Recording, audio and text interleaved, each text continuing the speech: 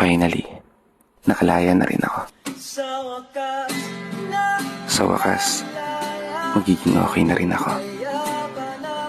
At tuluyan nang nagkaroon ng kasagutan yung mga paulit-ulit na tanong na bakit nga ba kailangan kong makulong sa sitwasyon na hindi ko naman talaga deserve. Bakit yung nga ba pahihirapan yung sarili ko dahil lang sa isang tao na hindi naman ako kayang mahalin ng totoo, at isang tao na hindi ako kayang pahalagahan pabalik gaya ng ginawa ko sa'yo. Hindi na ako mapupuyat sa gabi.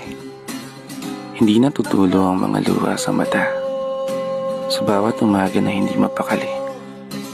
Kung bakit mo nga ba nagawang may santabi yung mga pangarap, yung mga pangako na tayo hanggang huli.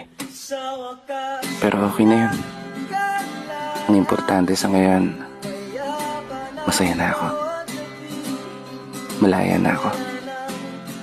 At tanggap ko na wala ka na. Nasa oras na muling magkasulubong tayong dalawa, asahan mo, kaya na kitang tingnan sa mata na wala ng pagmamahal na madarama. At higit sa lahat, hindi na kita lilingunin pa. Malaya ka na. Malaya na rin ako. At hindi na ako babalik sa'yo.